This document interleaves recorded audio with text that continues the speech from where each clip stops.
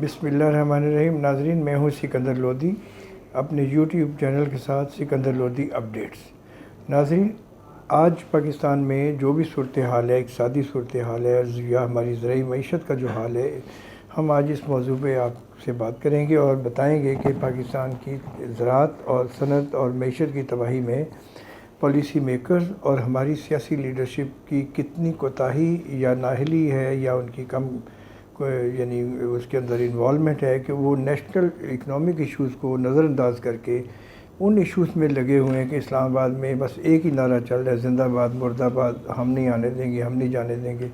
اس صورتحال کی وجہ سے جو سب سے افسوسناک معاملہ ہے وہ یہ ہے کہ بلوچستان میں انسان جو ہے وہ برباد ہو رہے ہیں، بستیوں کی بستیاں برباد ہو رہی ہیں۔ کے پی کے میں بھی یہی صورتحال ہے، سندھ میں بھی بارشوں کا برا حال ہے، پنجاب میں راجن پور اور ڈی جی خان کی بیلٹ پہ بھی برا حال ہے۔ اب سیلاب کی جو تباہی ہوتی ہے وہ معیشت کی تباہی ایک سال کے لیے نہیں ہوتی، اس کے اثرات کئی سال تک چلتے ہیں۔ 1952 کی جو دہائی تھی وہاں سے اگر شروع کریں تو تاریخی طور پہ کوئی 40 سے 42 بڑے سیلاب پاکستان میں آئے ہیں، جو ایک زمانے میں مشرقی پاکستان میں بہت زیادہ آتے تھے، جو اب ہمارا حصہ نہیں رہا۔ اس کی بھی ذمہ دار جو ہے وہ ہمارے یہی لوگ ہیں جو آج کل ہر طرف آپ کو بڑے نظر آئیں گے جگہ جگہ۔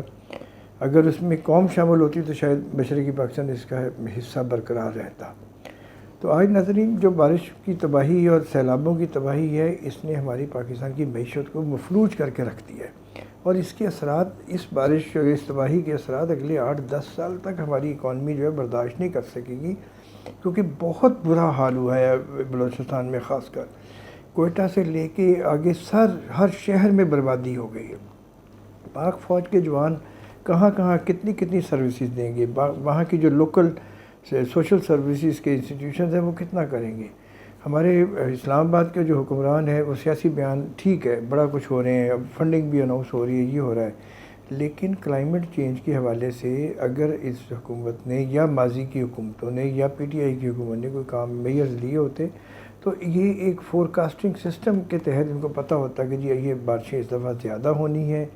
70% کے بارے میں، جو بارشوں کی زیادہ ہونے کے بارے میں مختلف ماہرین بتاتے ہیں کہ ہم نے حکومتوں کو آگاہ کیا تھا۔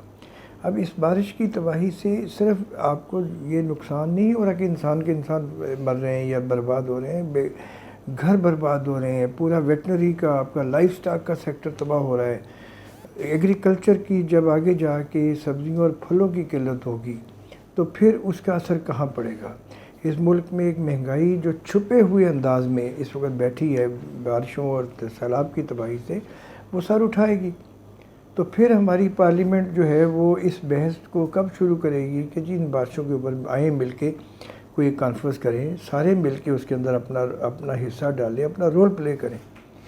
اب یہ افسوسناک بات یہ ہے کہ عام آدمی کے طور پہ میں بات کر رہا ہوں کہ اس وقت دیانتداری کی بات یہ ہے کہ پچھلے 3 مہینے میں، 4 مہینے میں، 6 مہینے میں کوئی ایک سٹیٹمنٹ کسی ایک پولیٹیکل پارٹی کے لیڈر کی طرف سے ایسا نہیں آیا کہ اس نے کہا ہو کہ میں اپنے جلسے یا اپنی مصروفیات چھوڑ کے میں سیلاب زدہ علاقوں میں جا رہا ہوں۔ پرائم منسٹر اور چیف منسٹر جاتے ہیں، یہ رسمی دورے ہوتے ہیں، اور جس طرح یہ جاتے ہیں یہ لاکھوں روپے کے خرچ کے اوپر ہزاروں روپے وہاں لگا کے آتے ہیں۔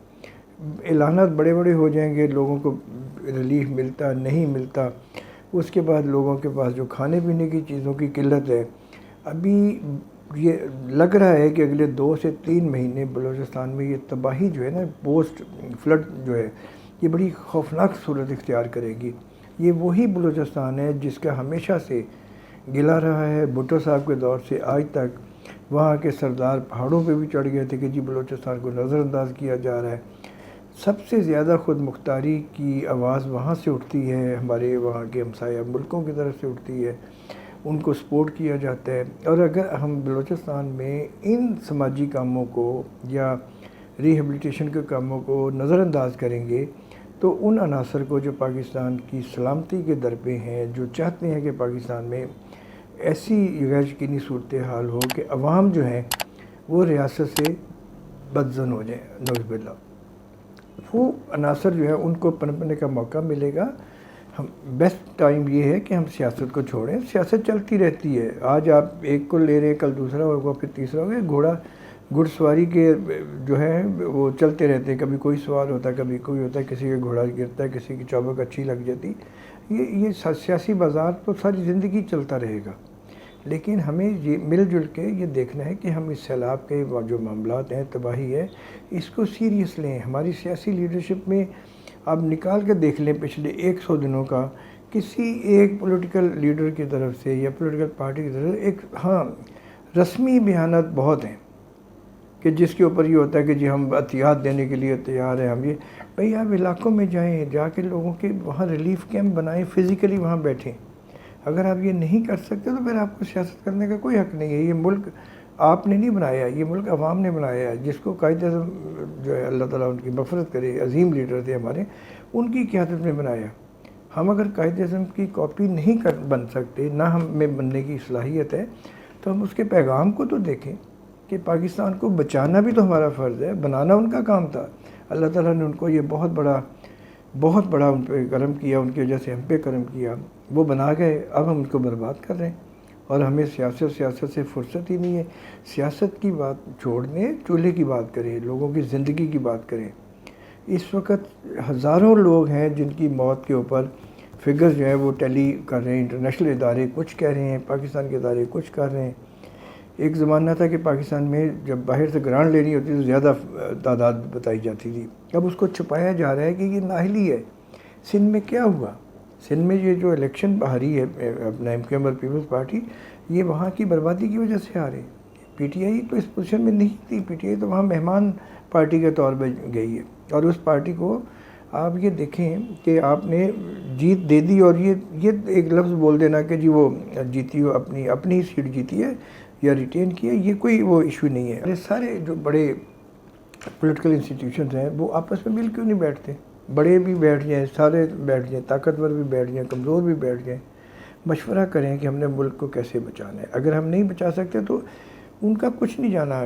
اس کا سارا منفی اثر پاکستان کی معیشت پہ پڑے گا, جو اس وقت جنرلی بالکل ایسے کنارے پہ کھڑی ہے کہ جس کو دھکا نہیں جھٹکا لگے گا تو آگے سلپ ہو سکتی ہے. یہ جو پچھلے دنوں میں ڈیفالٹ کا ہو رہا تھا, ڈیفالٹ کے وہ جو مضمرات ہیں وہ ڈیفرنٹ ہیں. اصل وجوہات یہ بنے گی کہ عوام کے جب قوت خرید بھی ختم ہو جائے گی, عوام کے پاس کچن کا خرچہ نہیں ہوگا, سیکورٹی کے لیے کوئی اسباب نہیں ہوں گے, تو پھر ہم سیاست کا ہماری کا کیا فائدہ؟ ہمیں مل بیٹھ کے اس ملک کی معیشت کے لیے سوچنا پڑے گا. اس ملک میں معیشت ہے تو سیاست ہے. اگر یہ کہیں کہ جی سیاست ہے تو معیشت ہے, یہ بالکل غلط مفروض ہے, اور یہ پاسبل بھی نہیں ہے. معیشت سٹرونگ ہوگی تو پوری دنیا میں پاکستان کا پرسیپشن اچھا ہوگا کہ معاشی طور پہ ہم بہت مضبوط لوگ ہیں. اگر ہم ڈپینڈنٹ ہوں گے اور بیگنگ کر کے زندگی گزاریں گے, اور چھوٹے چھوٹے قرضوں کی لینے کے اوپر ایک دوسرے کی شاباش دیں گے اور مبارکبادیں دیں گے, تو اس سے بڑی شرمناک بات کیا ہوگی؟ قرض لینا جو ہے وہ یعنی فخر نہیں ہوتا, قرض سے جان چھڑانا فخر ہوتا ہے. سیلف ریلائنس کی طرف اگر اوپر والے آ جائیں گے تو نیچے والے تو بیچارے پہلے ہی سیلف ریلائنس سے بھی بدتر زندگی گزار رہے ہیں. ان کے تو کچن کا خرچہ نہیں پورا ہو رہا, روزمرہ کے ایکسپینس ان کے پورے نہیں ہو رہے. اس وقت ہماری معیشت ایسے خطرات میں گھری ہوئی ہے کہ پوری دنیا کے جو معاشی ادارے ہیں یا مالیاتی ادارے ہیں وہ ہم پہ ٹرسٹ کرنے کے لیے تیار نہیں.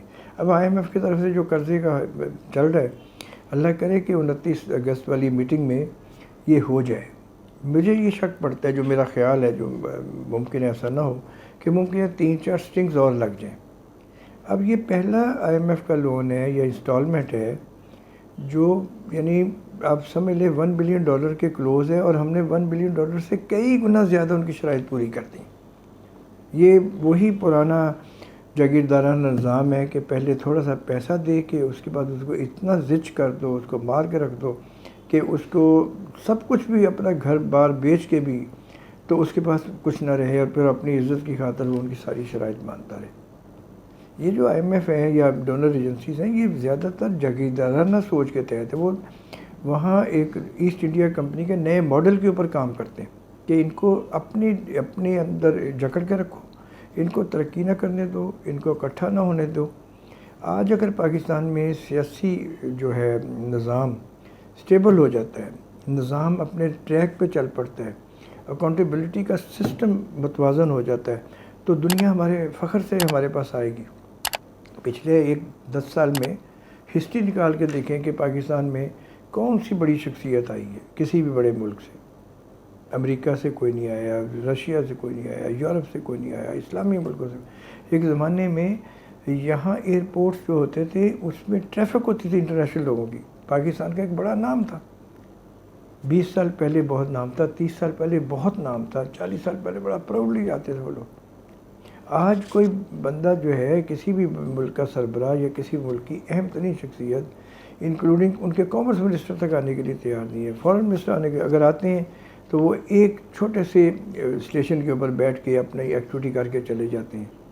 پاکستان کو اس وقت یہ دیکھنا پڑے گا، ہمارے حکمرانوں کو، ہمارا نظام چلانے والوں کو متنازع بننے کے بجائے بڑی سوچ کے تحت ایک انٹرنیشنل لیول کے جو اسٹریٹجی بنائیں کہ جس میں ہم پوری دنیا کو، چین کو بھی اپنے ساتھ ملا سکیں۔ انکمفرٹیبل صورتحال یہ ہے کہ سی پیک پہ آئی ایم ایف کی ابھی تک پریشر یہ ہے کہ سی پیک کو جس کے اندر جو آئی پی پیز ہیں چائنیز کی کمپنی، ان کے ساتھ آپ کو ایگریمنٹ میں آگے نہ فردر نہ جائیں۔ اب پاکستان کو فخر ہے چین کے ساتھ دوستی پہ، چین کو فخر ہے پاکستان کے ساتھ دوستی پہ۔ پاکستان نے 70s میں چین کے ساتھ بہت نبھایا، یہیں سے یعنی اس وقت یحییٰ خان اور بھٹو صاحب کے دور میں خارجہ ہنری کسنجر کا خفیہ دورہ کرایا گیا تھا، ان کو مری میں بیمار دکھا کے چین بھیجا گیا تھا تاکہ چین اور امریکہ کے مذاکرات ہوں۔ چین اس احسان کو نہیں بھولتا۔ ہم اگر سی پیک کو آئی ایم ایف کی کنڈیشنلٹیز کے اندر تسلیم کرنا شروع کر دیں گے یا سلو کرنا شروع کر دیں گے تو کیا مطلب ہے کہ چائنیز ہم سے زیادہ ہوشیار ہے۔ حالانکہ اس وقت چائنا جو ہے وہ سی پیک اور اس ایشین ایشو سے زیادہ تائیوان کے اندر الجھا ہوا ہے، ٹھیک ہے جی۔ اور تائیوان کے اندر بھی امریکن جو شرارت ہے کہ اس نے انگیج کیا کہ چائنا وہاں انگیج ہو جائے اور یہاں سے اس کو جو اپنی وہ بالادستی ہے یا اس کے جو اثرات ہیں بڑھ رہے وہ ختم کیے جا سکیں۔ تو ناظرین، میں آج اسپیشلی اس کے اوپر بڑا فوکس ہوں کہ جو بلوچستان میں یا پورا پاکستان جو سیلاب اور بارشوں سے تباہ ہو رہا ہے یا ڈوب رہا ہے، اس کو بچانا ہمارا سب کا فرض ہے اور سب سے زیادہ ہماری سیاسی لیڈرشپ کا فرض ہے۔ حکومت کسی کی بھی ہو، وہ ایک دن کی بھی ہوتی ہے، آدھے دن کی بھی ہوتی ہے، وہ بھی اسی عوام نے بھیجا ہوتا ہے۔ اگر ان کو اندر بیٹھ کے اپنا پروٹوکول لائف کا زیادہ مزہ آ رہا ہے تو پھر اس ملک میں کسی کو ایسے بندوں کو، ایسے لوگوں کو رہنے کا حق نہیں ہے۔ اگر وہ غریب کا نہیں سوچیں گے، بارشوں سے تباہ خاندانوں کو نہیں سوچیں گے، ایک ایک گھر میں جب پانی گھسا تو وہاں کے لوگ، خواتین جو کہتی ہیں کہ جب پانی ہمارے گھر میں چارپائیوں تک پہنچا تو ہمیں پتہ چلا کہ سیلاب آ گیا۔ اب یہ آپ کے نظام کی ناکامی اور بربادی ہے کہ آپ لوگوں کو بر وقت آگاہ بھی نہیں کر سکے۔ بارش کے پانی کا ریلا اللہ نہ کرے کہ کوئی اس میں گر جائے، اس کے آگے انسان بے بس ہوتا ہے، کوئی معلوم نہیں ہوتا کہ پانی کا اس کو بہا کے کہاں لے جائے گا۔ بستیاں کی بستیاں اجڑ جاتی ہیں، اجڑ رہی ہیں، مگر ہم لوگ اس کو نہ ہم پانی سٹوریج کرنے کی طرف آ رہے ہیں اور نہ ہم پانی کو کسی طریقے سے اور یوٹیلائز کرنا چاہ رہے ہیں۔ اور اس کی نقصان یہ ہے کہ ہمارا لائف سٹاک بیٹھ گیا، ختم ہو گیا۔ ہماری ایگریکلچر اکانومی پہ جو تھوڑی بہت گروتھ نظر آ رہی ہے، یہ نیکسٹ ایئر بڑی مشکل نظر آئے گی۔ اور یہ جو فور کاسٹنگ ہو رہی ہے کہ نیکسٹ ایئر 3.9 یا 3.8 گروتھ ہوگی، میرے اپنے اندازے میں یہ 2.8 سے زیادہ نہیں جا سکے، کیونکہ ہماری ساری اکانومی جو ہے وہ بیس کرتی ہے اس کے اوپر، ایگریکلچر گروتھ کے اوپر۔ آلدو ایگریکلچر سیکٹر ٹیکس میں کوئی زیادہ کنٹریبیوٹ نہیں کر رہا، مگر ٹیکس کو تو ڈیزل کی پرائسز نے اور کھاد کی پرائسز نے بھی تو مارا ہوا ہے نا۔ ایگریکلچر میں جو سب سے بڑا برڈن ہے اس وقت، وہ ڈیزل اکانومی جو ہے وہ اس کو برباد کر رہی ہے۔ فرٹیلائزر جو ہے، ڈی اے پی کھاد ان کو نہیں مل رہی، اوپر سے جب یہ تباہی بارشوں کی مسلسل اللہ نہ کرے اگر یہ مسلسل رہی تو ہمیں آگے جا کے بڑا مشکل ہوگا آپ کی سپلائی سائڈ کے اوپر، ڈیمانڈ سائڈ کو پورا کرنے کے لیے۔ اس فوڈ انفلیشن کو جو اس وقت 30% سے زیادہ بولا جا رہا ہے، شاید یہ 45-48% پہ چلی جائے۔ اور جس ملک میں کھانے کی کمی ہو جائے نا، اس ملک میں پھر رہنا لوگوں کا مشکل ہو جاتا ہے۔ اور وہ جو ہمارے یہ موجودہ پرائم منسٹر جو ایک زمانے میں بڑا انقلاب کا نعرہ لگاتے تھے، بڑے اونچی بولتے تھے، ان کو پھر پتہ چلے گا کہ انقلاب کیا ہوتا ہے۔ انقلاب نعروں سے نہیں آتا، ان اسباب کی وجہ سے آتا ہے۔ یہ چھوٹی سی گزارشات تھیں جو میں بڑے دکھ کے ساتھ مجھے بیان کرنی پڑ رہی ہیں، کیونکہ میں بھی اس ملک کا شہری ہوں، میں بھی اس ملک کا ٹیکس دہندہ ہوں۔ تو آپ کائنڈلی اس ویڈیو کو لائک کریں، اس چینل کو سبسکرائب کریں اور اپنی آراء سے ہمیں آگاہ کریں۔ سکندر لودھی اپڈیٹس کے دروازے کھلے ہیں، آپ کی آراء کا ہم خیر مقدم